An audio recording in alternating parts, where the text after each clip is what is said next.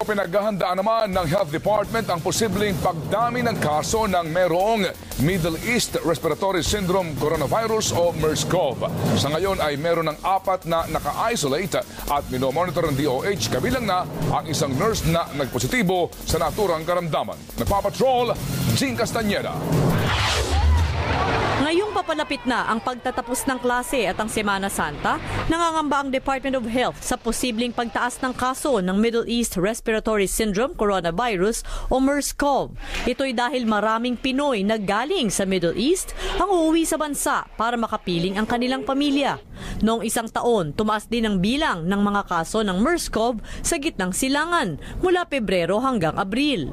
It has something to do with the camels breeding, the camels being transported. And in the case of MERS, what happened was that where before it was an animal to human transmission, what we have now is the possibility of human to human transmission, especially among healthcare workers. Yes. Ngayon pa lang, nakikipag-ugnayan na ang DOH sa iba't ibang ahensya ng pamahalaan.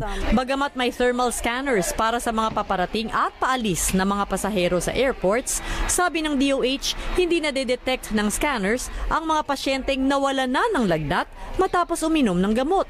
Kaya nanawagan uli si Garin sa publiko na makipagtulungan sa mga otoridad at kumpletong sagutin ang health declaration checklist sa mga paliparan at agad na magpakonsulta kung makakaramdam ng ilang sintomas ng sakit.